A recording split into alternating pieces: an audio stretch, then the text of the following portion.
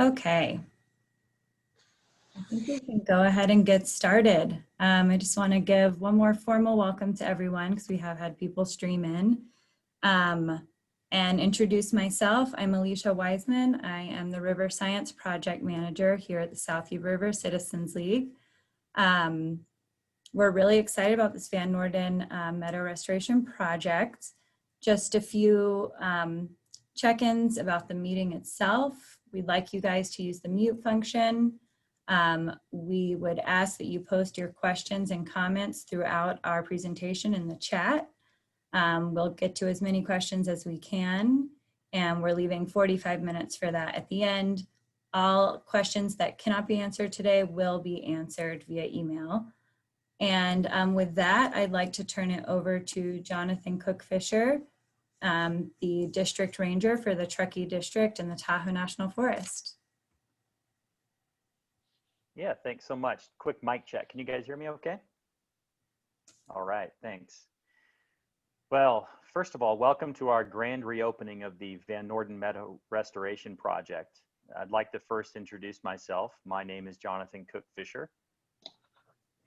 I'm the relatively new district ranger here in Truckee, having arrived in July of 2019. It's really a privilege to be here, though, and I look forward to working with you all and getting to know you better in the months and years to come. So the purpose of today's meeting is to really reintroduce you all to our plans to restore the Van Norden Meadow. As you know, Van Norden Meadow became part of the Tahoe National Forest in 2017, in part to conserve its outstanding natural and cultural resources, but also to maintain its outstanding recreation opportunities. And I know those items are on many of your minds. Van Norden Meadow represents one of the district's largest restoration efforts in 2021, and we hope to formally initiate that NEPA process soon.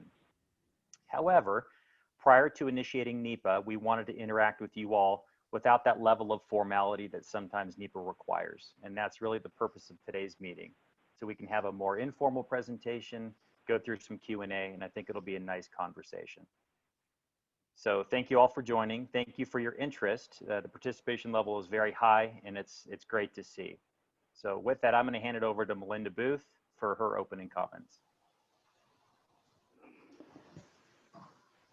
Thank you so much. Good afternoon. My name is Melinda Booth, and I'm the Executive Director at the South Yuba River Citizens League, affectionately known as Circle.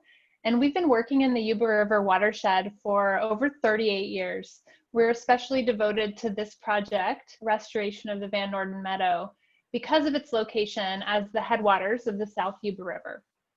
Circle has been involved with the conception and the planning of this project since 2014. And we're really grateful to be working alongside other dedicated partners to accomplish this big undertaking, and most notably the Tahoe National Forest and Truckee Donner Land Trust. Our mission as an organization is to unite the community to protect and restore the Yuba River watershed. Projects like this restoration really highlight our collaborative roots and our science-based work. Circle is proud to serve as the hub for coordinating the community involvement in this project and also provide leadership for the long-term scientific monitoring associated with this restoration. And you all met Alicia Weissman, but I want to make sure to call her out. Alicia is Circle's River Science Project Manager and is our lead for this project. And you'll hear more about the details of the restoration project soon. But I really just wanted to thank everybody for taking time to be here and for engaging in this conversation and for your commitment to the watershed as well. So thanks. Thanks, Melinda. All right, so to get us started, I want to introduce Rachel Hutchinson, the East Zone hydrologist. Oh, more people coming in, one sec. Great. And Rachel can introduce herself further, and I'm going to turn it over to her and we'll get started on our presentation. But thank you all again for coming. And if you are just joining us, we're saving 45 minutes at the end for questions. Please post your questions in the chat throughout the meeting. All right, let's get started. Thanks. Hey, hi everyone.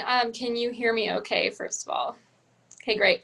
So I'm Rachel Hutchinson. I am now with the Tahoe National Forest as the East Side Watershed Program Manager. I made that transition almost a year ago now, and actually not quite a year, but almost. It's starting to feel like it. And I'm really happy because I'm still able to work on this project. So for those of you who I don't know, it's nice to meet you via Zoom. And for those of you who I have met before and have heard from on this project in the past, I'm really happy to be able to reconnect with you all and bring you this updated draft restoration design. The last community meeting that we held about this project was back in 2017. Some of you probably remember that. After receiving feedback on that plug and pond design that we came up with, talking to stakeholders, talking to landowners, and completing more resource surveys and further evaluation of the data, we determined that we needed to take a few steps back in order to move a few steps forward, or hopefully all the way forward. So for those of you unfamiliar with this project or this area, I'm going to share a very brief overview of the more recent history. And I refer to recent history as like in geologic terms, so less than a couple hundred years. And first of all, one of the more important things, Alicia, you can change the slide. Van Norden is in Washoe territory, and it has been for several thousands of years. Through this process and working with the Washoe tribe, we were able to come up with a name for Van Norden that is the Washoe name, which is, as far as I can pronounce it, Yealu Ita. So I want everyone to keep that in mind as we talk about this area.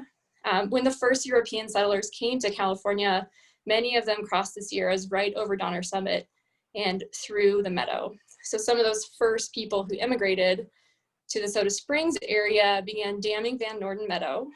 That happened as early as the mid-1870s.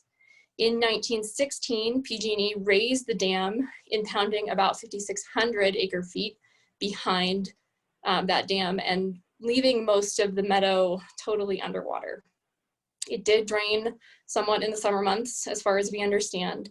And then in 1976, after a determination by the state of California that the dam was unsafe because it's sitting on a bunch of glacial till, the dam was lowered to only hold 150 acre feet. And the meadow upstream of the reservoir that was there until last year or until 2016 began to recover and return to meadow. In 2012, the Truckee Donner Land Trust purchased the property from a developer and did that in partnership with many other organizations and entities and with the support of the local community, and was able to transfer the majority of the property, the Van Norden Meadow property, to the Forest Service in 2017. In 2019, the dam was lowered and it now holds back less than 5 acre feet. And that's so that it complies with state water rights needs and also allows it to be considered safe by the state of California. That has sort of revealed the rest of the meadow surface. And any of you who have been there in the last several years have seen it start to recover. So today we're working with a meadow where portions of it were underwater since the 1870s. Some have been out of water since the 1970s.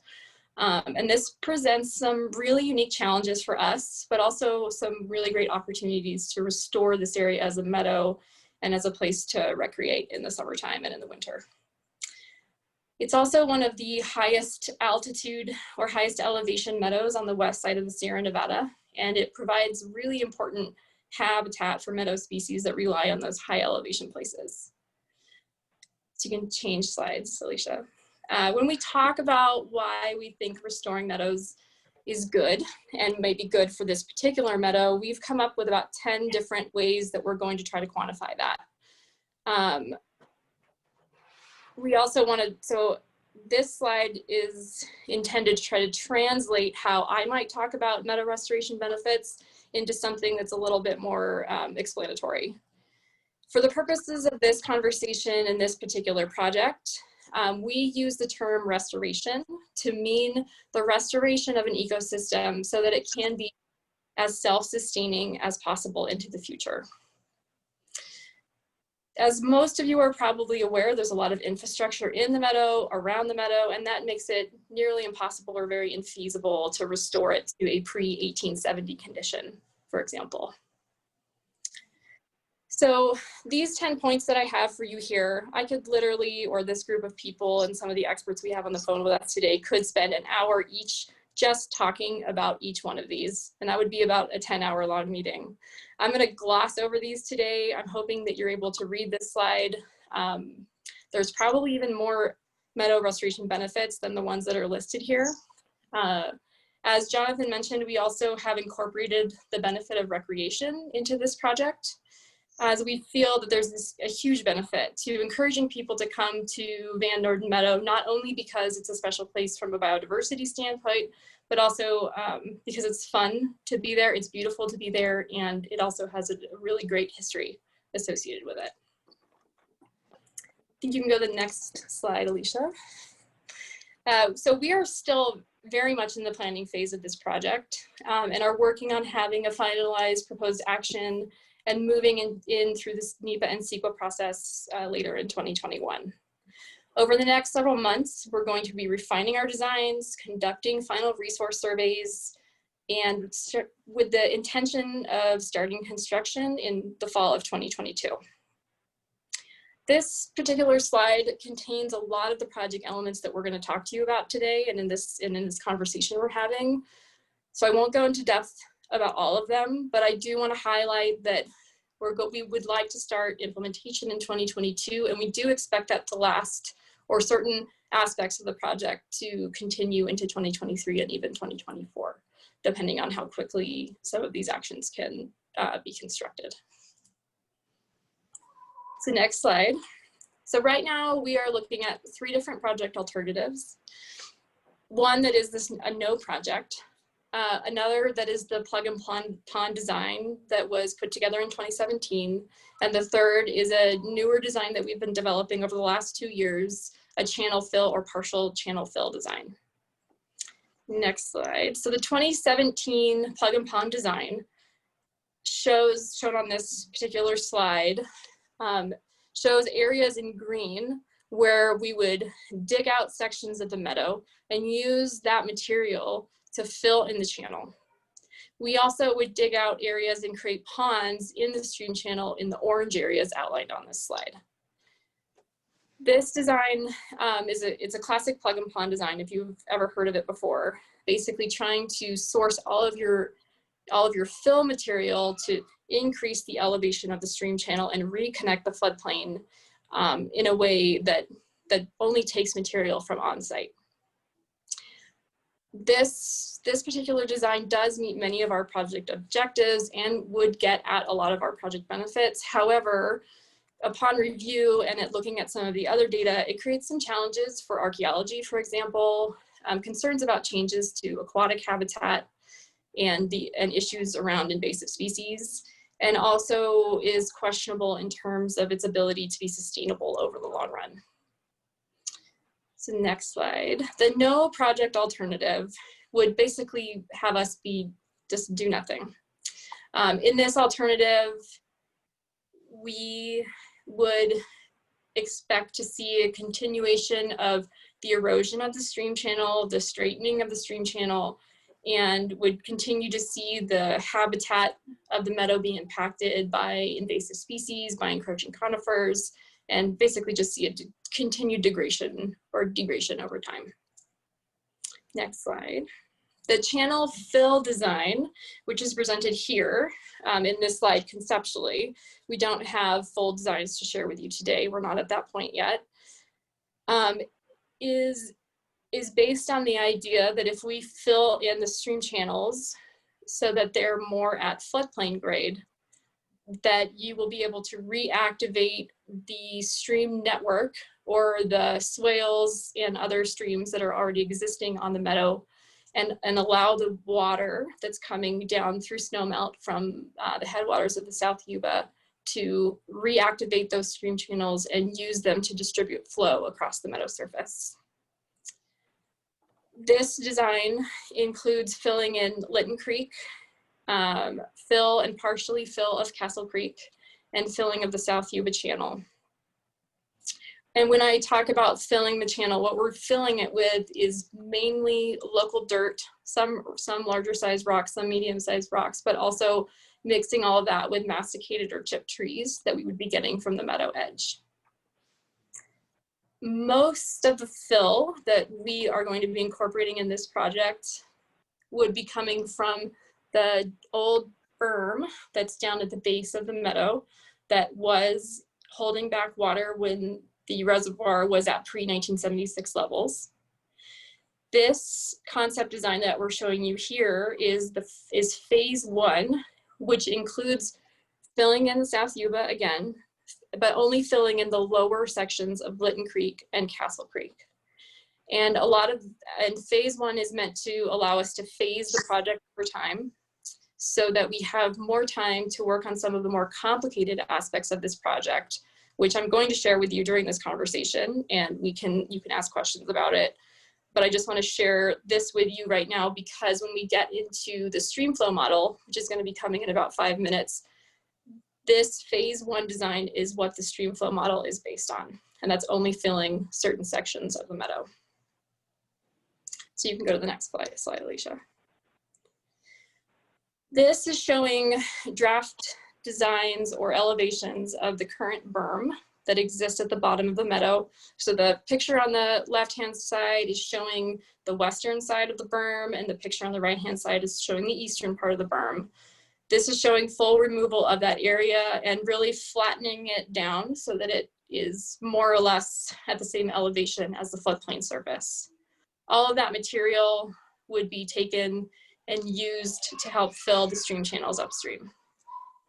This is something that not only allows us to get at the enormous amount of fill that we need to accomplish this project, but also serves to improve the overall aesthetics of the area.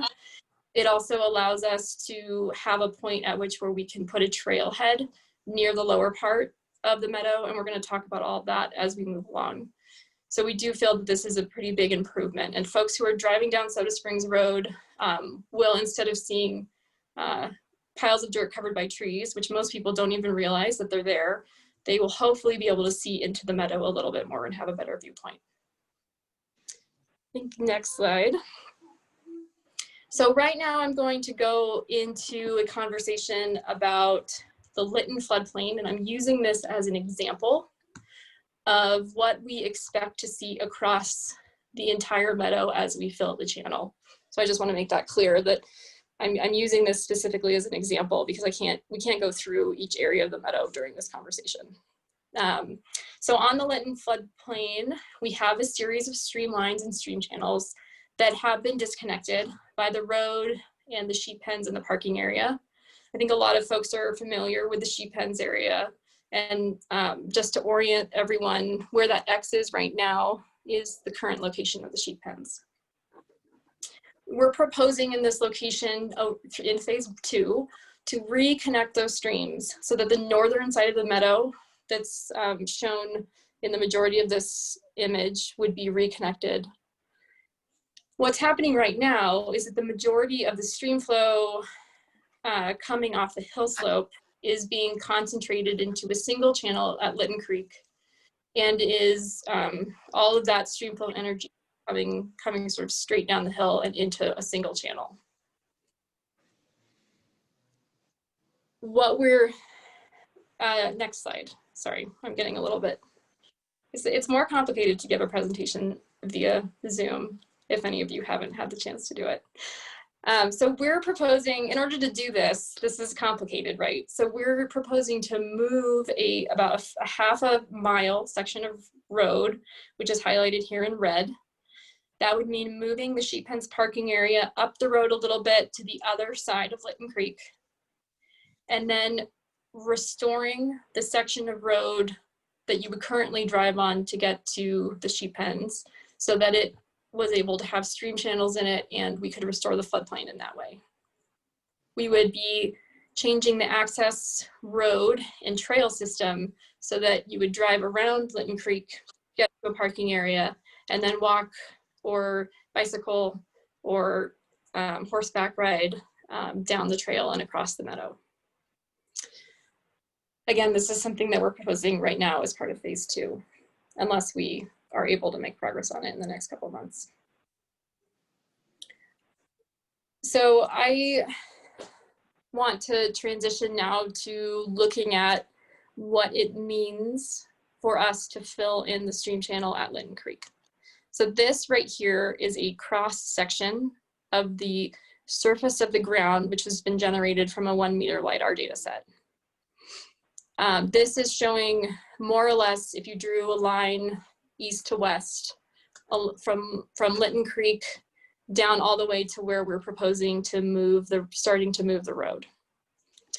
So as part of this effort, we would fill in Linton Creek, which we've already talked about. We would also fill the road in a little bit so that it wasn't operating like a creek during high flow events.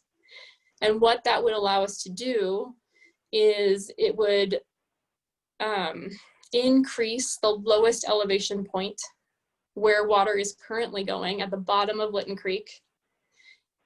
And it would push it higher in elevation, which would allow water to, first of all, spill out onto the floodplain and recharge the groundwater, but also so that as water was moving from the upper elevations on the hill slope, that it could come into other channels that already exist on that floodplain. So it would fill in that channel there, this one, and during high flow events, it would occupy a lot of different channels.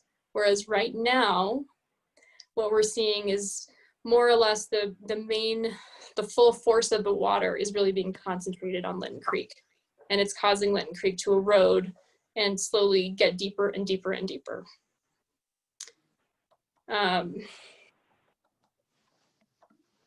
Okay, let's transition to talking about the model.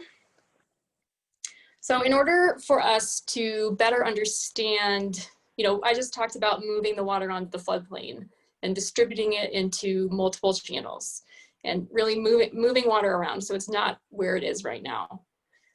We wanted to better understand how the water flowing into the meadow and through the meadow and within the meadow would change as a result of this restoration. The reason that we built this model actually has a lot to do with the input that we got from this group of people and from other stakeholders after we had our meeting in 2017. So the model that we put together is able to sort of predict the flooding extent on the surface of the water as if you had poured a glass of water into the creek.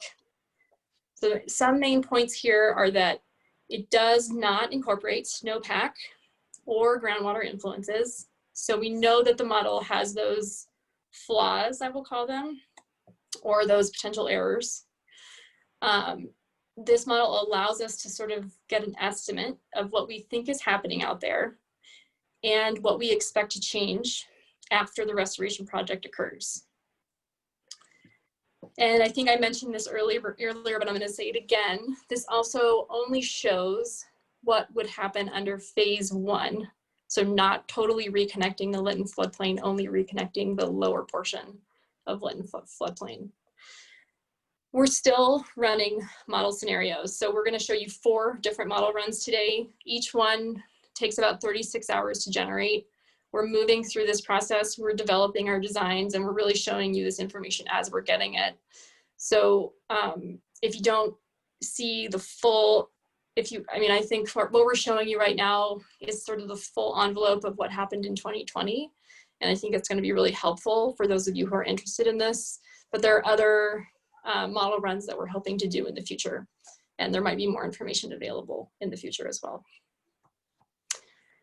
I also wanted to just take a moment, though we're not going to spend time on it today, that we also have a groundwater model that's been developed specifically for Van Norden Meadow using ModFlow. And so we can use that to look at the change in groundwater before and after the restoration as well. Okay, you can go next slide, Alicia. Okay, so let's dig into this a little bit. This first slide is showing us the inflow and outflow conditions on the 16th of June of 2020, this past June. The blue polygons or the flooding in this is current condition and what basically we would see or we would expect to see on June 16th of this past year. The pink is the extent of the flooding that we would have expected to have seen on June 16th of this past year if we had already done the restoration project. So and this flood event, or this rainfall event, however you want to characterize it, is something that we would have expected to see 35% of the year. So that's the flow that we're looking at. It occurred over 35% of the water year, and the water year is October 1st to September 31st. The main things that I would point out in this slide are that you see a shift in where flooding occurs from sort of mid-meadow. You can see a big shift because we fill in that South Yuba channel and the water moves to lower elevation and reactivates a bunch of channels that are in that southern portion of the meadow. You also see that there's a little bit more inundation in the northern section of the meadow as well. And I also want to note here that when we're talking about inundation, because I've had this conversation with a few different people, we're not talking about feet of water. We're talking about less than a foot of water to several inches of water when we talk about inundation. And this is also during peak snowmelt time. So, you know, sometime in mid-April or mid-May. The next slide shows you sort of the next step up from 35%, and I'm pretty sure it's 15% exceedance probability. So this would be a typical flow event that you would see 15% of the year. And you can see here on this slide in particular, we also have the cross-country ski trails that Royal Gorge manages in this slide, because that's one of the main things that we're looking at when thinking about how the meadow is going to flood up and the infrastructure that's already in place and how it might be impacted. This is a higher flow event. It's something that's probably, this one was happening on the, I can't actually read that date on there. Sorry, my screen is extremely small. May 28th. May 28th, thank you, Alicia. So on May 28th, which if any of you were out there or in the area, that was just after peak snow melt. So there was probably still snow on the ground, or at least there was a lot of snow still in the high elevations, and it was melting off. So here again, we see an increase in flooding in certain areas, a decrease in flooding in other areas. And it's just really an interesting pattern and change. And you really start to see, especially in the northern part of the meadow, mid-meadow, you start to see different stream channels becoming activated and starting to hold water. So there's two more scenarios here. One is the 15%, and the other is, no, one is the 10%, and then the next one is the 0.1%. So this 10% is showing flooding at even a higher level. And Alicia, could you go back and forth between 15 and 10? So 15 and then 10, there's not a big change here between those two events. There's a little bit more flooding with the 10%, but not a lot. Okay, so then go to the next one. So then we went all the way to the 0.1%, which if you look all the way to the high right on your screen, we have the hydrograph here, which is how much water was flowing at any given point in time. And the 0.1% event is the highest flow that was experienced in 2020. So this was the maximum amount of water we would predict we would be seeing on the meadow surface this year. And again, blue is what we have now, pink is what we would have under a restored condition. So you see that the meadow is wetted up, and then the meadow is even more wet after that.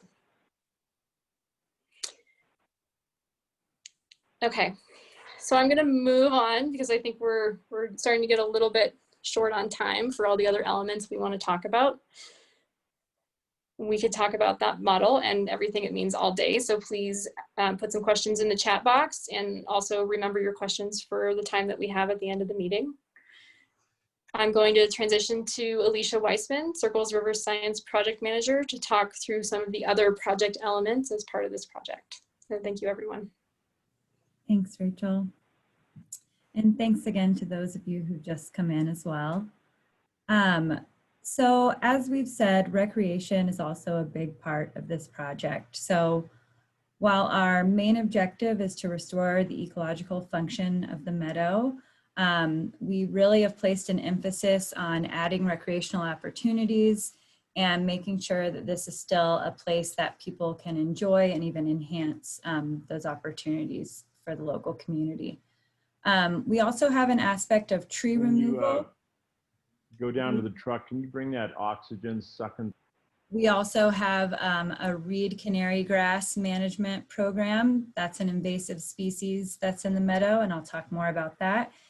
And we also have a revegetation plan as well. Let's first talk about recreation. As Rachel mentioned in her previous slides, we do plan to improve the parking area and the sheep pen parking lot. We're also working closely with Royal Gorge and Sugar Bowl. We want to make sure that we create a space and we consider the potential impacts of restoration on recreation opportunities, and that we come up with a plan that works for Sugar Bowl and Royal Gorge, as well as keeps our main meadow objectives in mind. Additionally, there's a plan to add an accessible boardwalk, and we'll talk more about that as we move further. Again, this map shows Royal Gorge's ski trails. I'm showing it because we want to emphasize that this is something that we consider every step of the way. So we're involved with those partners, and we're working to make this work for all uses of the meadow. In pink here is our proposed boardwalk. This is going to be sitting in the old dam berm footprint. So once we remove this unsightly berm, and people will be able to view into the meadow in this northern western section, we want to put in this boardwalk that can enhance birding opportunities and give people sort of an easy 1 mile loop, in addition to the more extensive trail network that's already here. This one would provide kind of a quick stop in for people, and maybe be something that's more accessible for different types of stakeholders.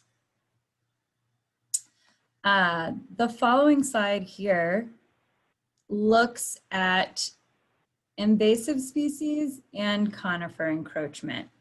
And so we've included this in one map.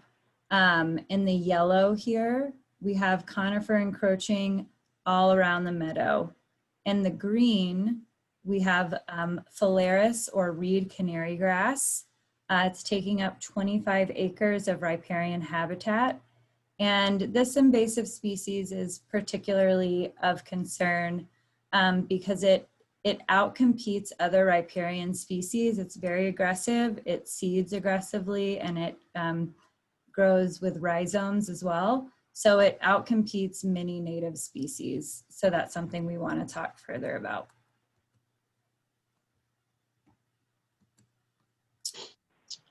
Our conifer encroachment plan is evolving. And while we definitely want to remove those encroaching on the meadow floor itself, we're working in some of the other transitional areas to establish a more refined plan. We're working with Sugar Bowl and Royal Gorge so that we can selectively thin to improve their cross-country ski trails or give an improved aesthetic. So we've got them as part of the conversation there. We will consider some mechanized removal, and we'll also probably have some non-commercial and commercial firewood opportunities here. So again, this part of the project is going to be ongoing a little bit longer than maybe the immediate channel restoration, and we are working to refine this further. However, our main objective is to remove young encroaching conifers from the meadow floor and then work to thin selectively as we move out of the meadow floor and to the forest transition. For our reed canary grass management plan, we're definitely going to have to use an adaptive approach and a multi-year approach. This invasive species is very difficult to fully get rid of. We're hoping to really manage it and keep it back. Herbicide is not something that we want to use in the headwaters of the South Yuba due to the bird habitat and amphibian habitat. So we're having to get creative, and we are definitely going to have some volunteer opportunities, as Circle is a hub for community engagement. This is very important to us. There will be some opportunities leading up to the main restoration project where we will hope to reduce the seed amount of this plant. So we'll be physically cutting the seed heads off of the plant and collecting them, reducing that seed population prior to the main restoration, where we will scrape the rhizomes of the reed canary grass when we have large machinery out there to do the channel work. This will also actually generate some channel fill. Also, we're going to have a reseeding program. So in areas where we remove this invasive species, we're going to be adding willow stakes and sedge mats. And again, we're seeking volunteer engagement as well for this. Our revegetation program is something that will follow the major restoration actions. So we're going to promote establishment of native vegetation.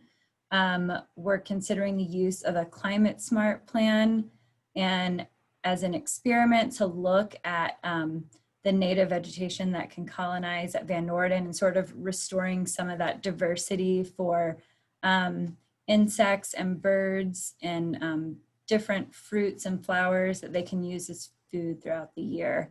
Again, we'll need some volunteers. We'll be doing lots of willow pole planting and sedge mats as well.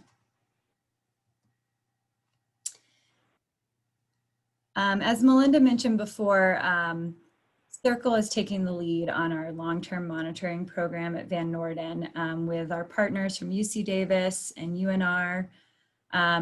We are studying the hydrology, both surface and groundwater, before and after restoration. We're doing vegetation transects so we can look at the shift in meadow vegetation, look at how our restoration may increase vegetative surface and reduce bare ground. We're working with Point Blue to do bird surveys.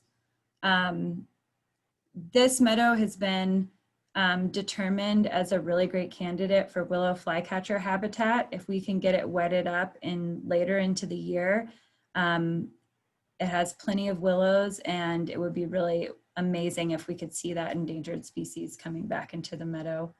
Aquatics, we've got UC Davis helping us with that. So also before and after restoration, looking at benthic macroinvertebrates, fish, and amphibians.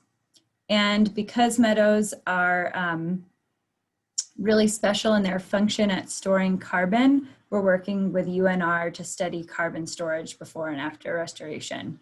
So we're really excited about the scientific opportunity here as well. Again, this is a really wonderful project that we can look at recreation and restoration and also the impacts to habitat. So with that, I won't ramble on. I'll make time for some questions. And we also would like to thank our funders listed here for allowing this to happen. Okay.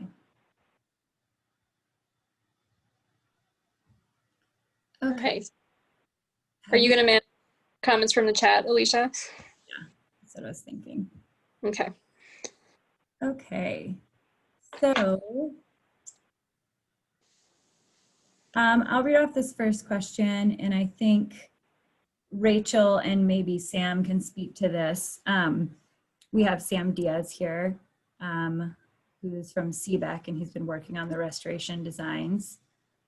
Is the stream fill plan more sustainable than the plug and pond plan? And maybe you can start, Rachel. Yeah, that's a great question. The feedback here.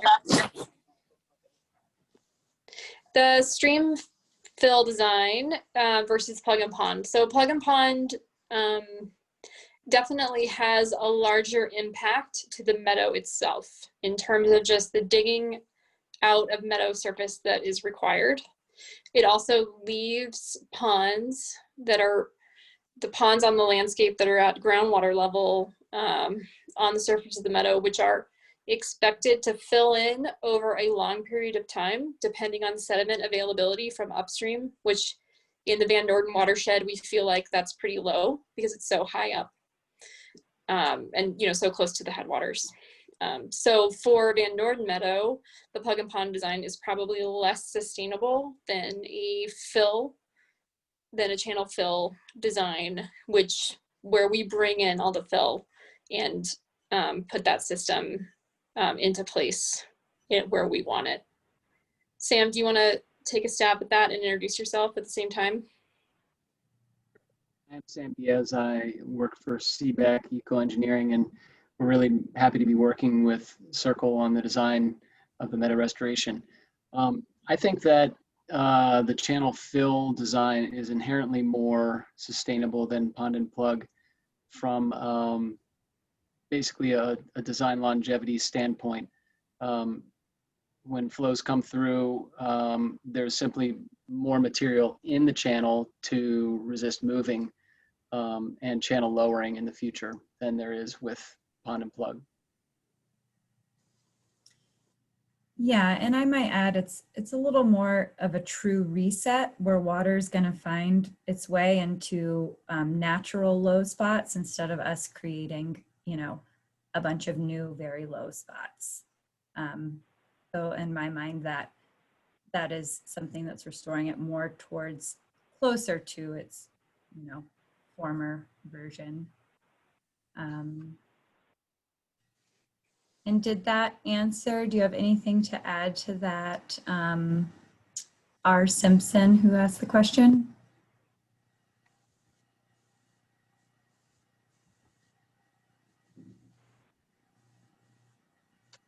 Okay. We have another question here.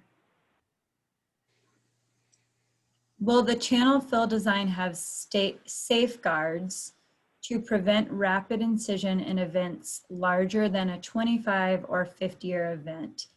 Could it blow out? Sam, do you want to start this one? This one's for me. Yeah. I think that the possibility of it blowing out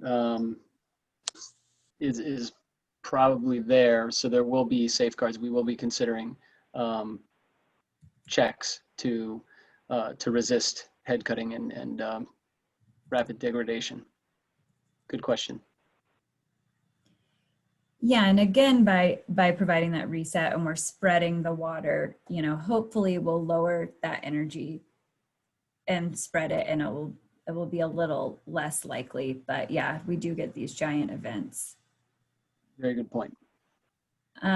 Okay, from Fran.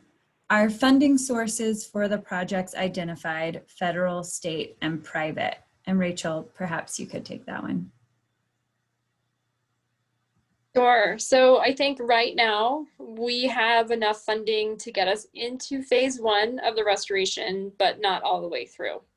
So we will be looking for additional funding, and it is highly likely that we will be going to the state of California either through a variety of their grant programs to be asking for that money or going to a private foundation.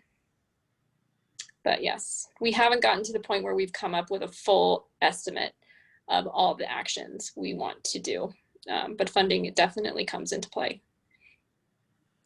Yes, totally. And I do also want to, there was a little more in this question about the safeguards that I'll address. Basically, just to provide a little more information on our conifer removal.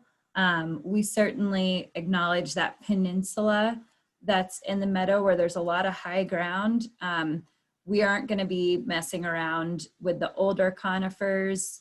Once we get into elevations, you know, more than 3 to 5 feet out of the meadow floor, where, you know, again, that's evolving, but we're really focusing down in the meadow elevation.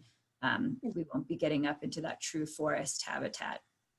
Yeah, the plan for those sorts of places, we're really focused on restoring meadow back to meadow where it seems very clear that it was meadow in the past and the conifers have come in the last 30 or so years. And then on the flip side of that, creating a healthy transition into the forest as you move uphill. There are a lot of really nice trees. A lot of them will be really good, are very good for wildlife, for perching and for hunting and for nesting. And we want to maintain that habitat. Okay, this is a good question. Does the plan relocate Old Highway 40? And if so, will it continue through to Sugar Bowl? I think that's a no. Yeah, that's a no. Yeah, so Old Highway 40 is up higher in elevation, and we will not be doing anything with Old Highway 40. However, as a lot of you probably know, Old Highway 40 is being upgraded by Nevada County, and that project is ongoing. The road that we're planning on rerouting is what's called Van Norden Dam Road, and it's a county road. And the section of road that we are rerouting is in Placer County, and we are talking to them, and they are at first glance supportive of this concept. This is a really good suggestion here. The meadow is a great picnic spot, and there's currently only 2 picnic tables. They recommend some more. I think I'll definitely write that down because that's really low-hanging fruit there. Certainly a way that we could improve recreation at a low cost.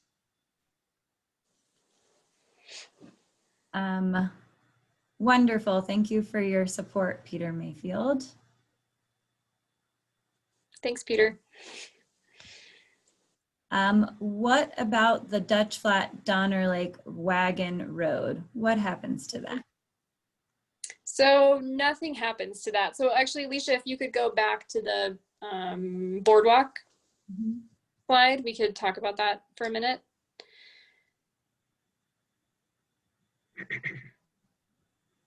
This one here. So yeah, so right there, the road that you're mentioning is sort of right there. And so the boardwalk right now is intended to, I know a lot of people right now, when they go walking in the meadow, sometimes they will come out to this general area, either to see this trail or to sort of experience it for themselves. And then also,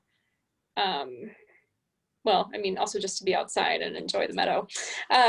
So what this boardwalk does is takes people up out of the wetter portions of the meadow and then gets them to that wagon trail area. And the majority of people will stay on the boardwalk and keep going, but we'll have an interpretive sign there that talks about that road and what its historic context is. And we're not planning on doing anything to that road.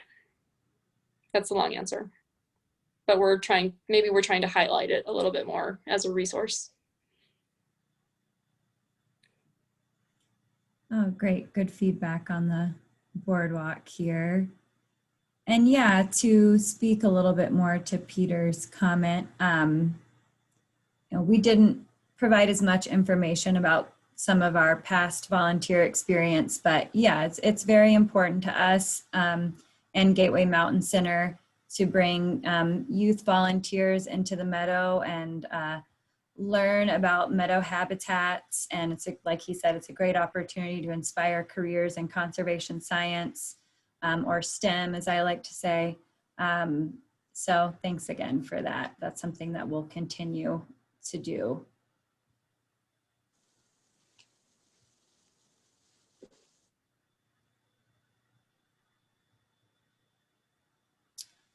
So far, no other questions. Don't be shy, guys.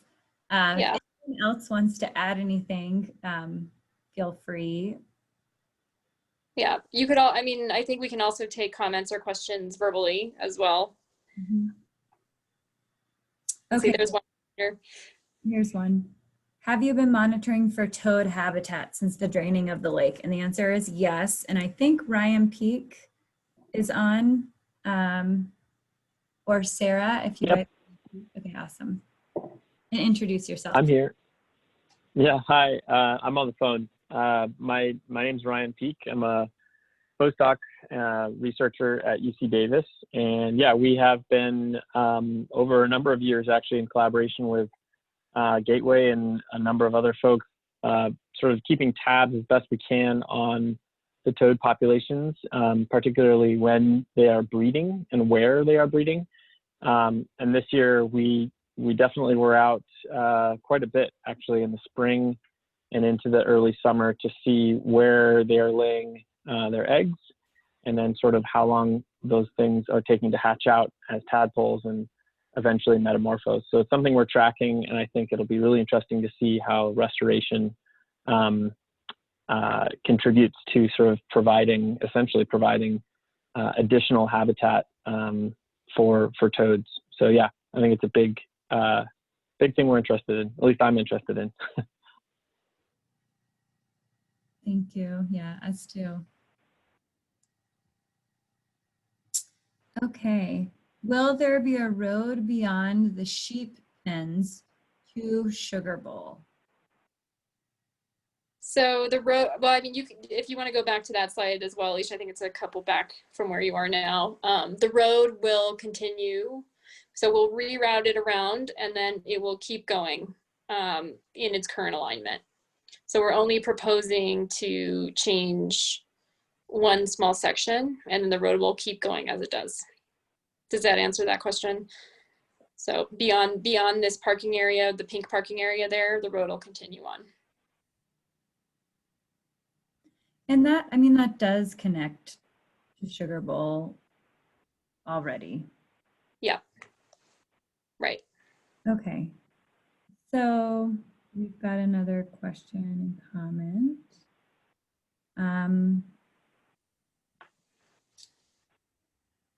Okay, someone's nominated Bill Odegeese to help develop the historical interpretive sign program. We will write that Great. down, and we like that suggestion. So someone doesn't have a specific question, but concerns about a heavy-handed approach, moving fill to the streams, presently brook trout habitat, sounds counterproductive, and they understand our desire to do something positive, but worry about the damage created in the process. And I'll speak to this a little bit first. I totally understand that thought, and there's been a lot of meadow restoration happening in our area over the last, say, 10 years. And one that we've worked on directly, Norden Meadow, we did bring large equipment out, and we did do a full channel fill. And I've been in that meadow multiple years now following that, and the meadow is very resilient. Once it's wet and the vegetation gets going, it really rebounds rather quickly. I'd say, 2 years, it's already starting to look really amazing again. It seems to be responding in a very positive way. And because of the very deep incision in Van Norden Meadow, I mean, there's parts of the stream that the channel is over 6 feet, about like 4 to 6 feet in a lot of places. And with that kind of erosion, we've really got to do something that's a little bit heavy-handed to reset it, or that energy, that erosive potential is just going to continue. So I don't know, Sam or Rachel, if you want to add on to that.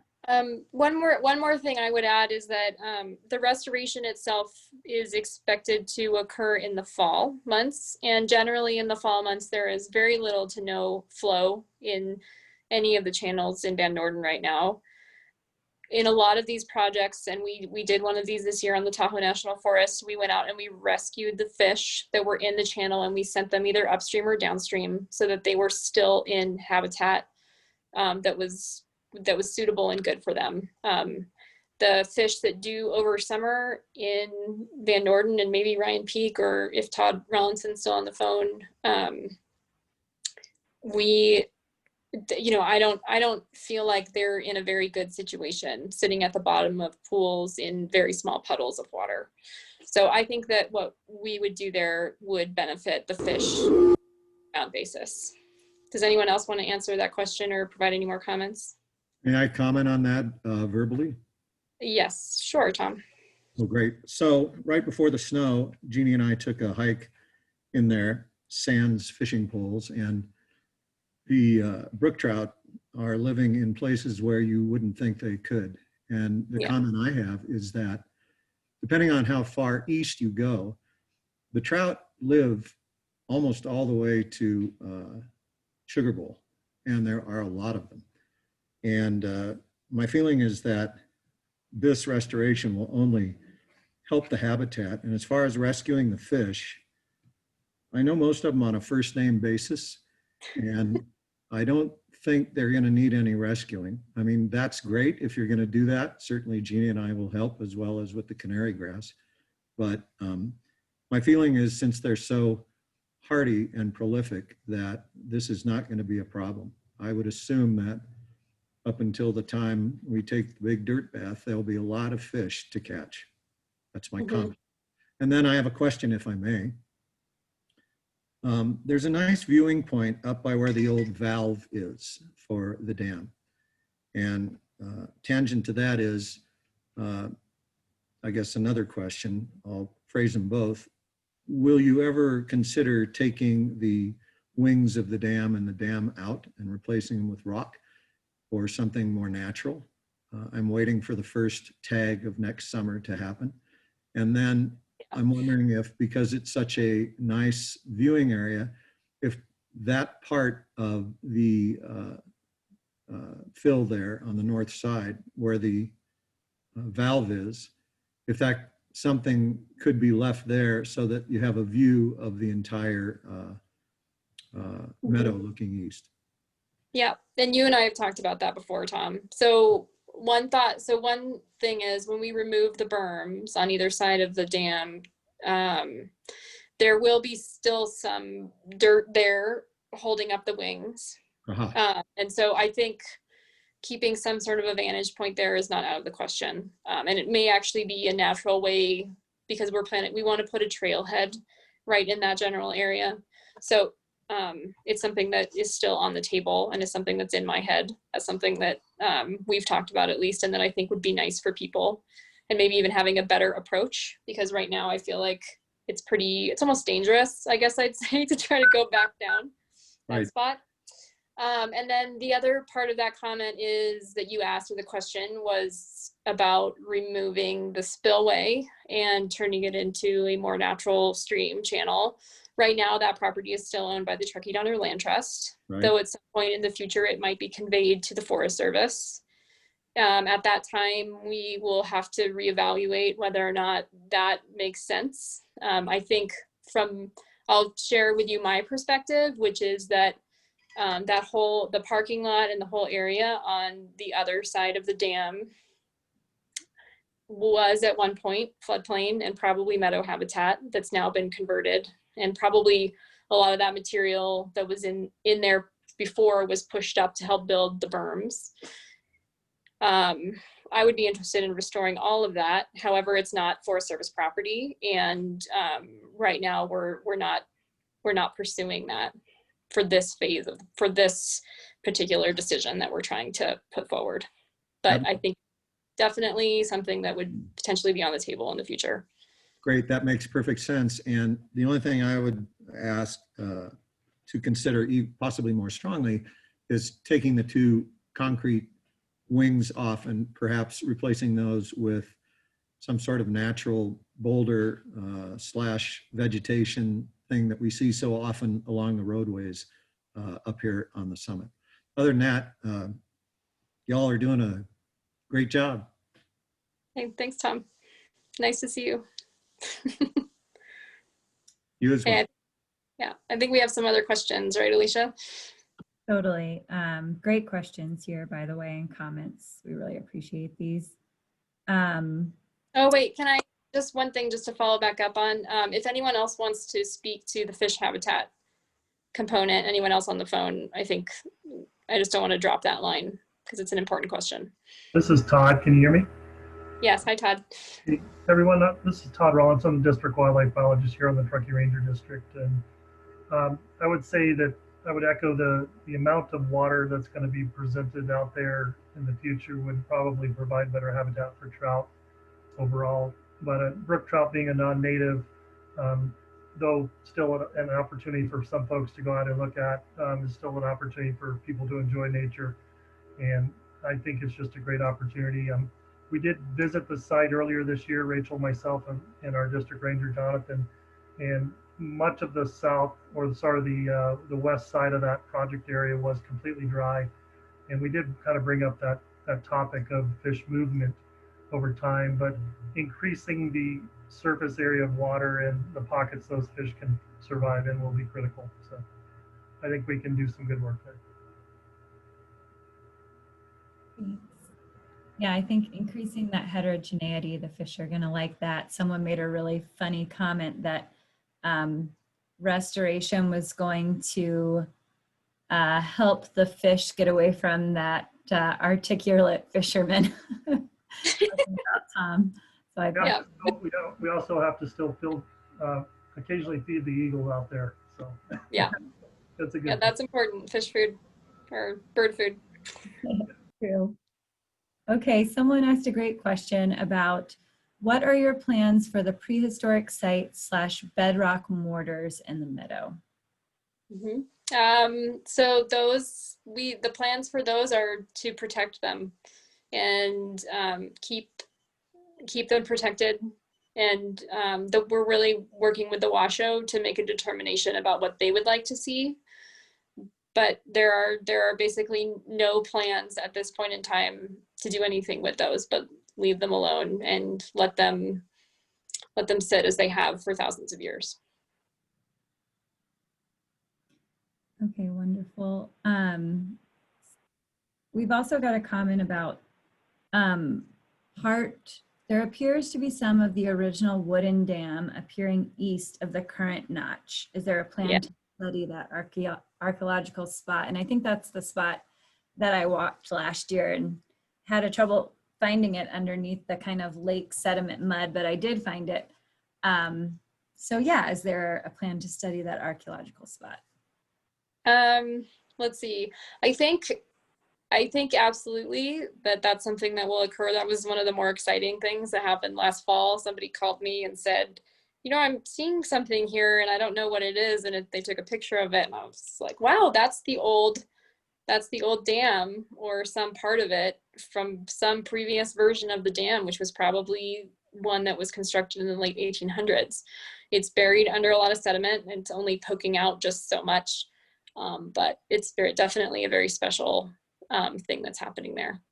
I don't think it's aligned with the channel. And since we aren't planning on doing any restoration in that exact area, it's not within our area of impact, but it's something that we've pointed out to the archaeologist and it's exciting. I mean, it's like the uncovering of like old Roman infrastructure or something.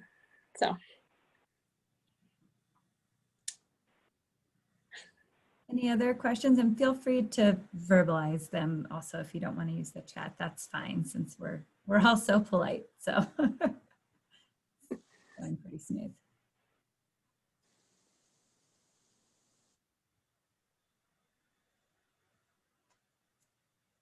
Okay.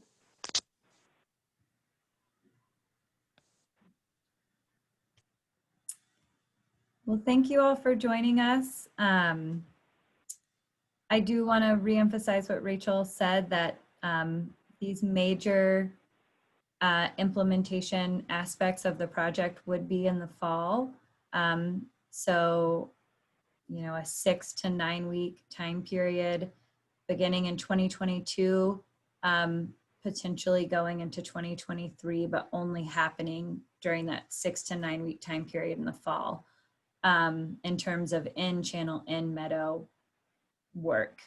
And I do encourage those of you who have hesitation about heavy-handed restoration. I certainly empathize with that. If you feel like taking a visit out to Loney Meadow, I think it's a really great one to go look at and just take a glance at how healthy and how great it's doing.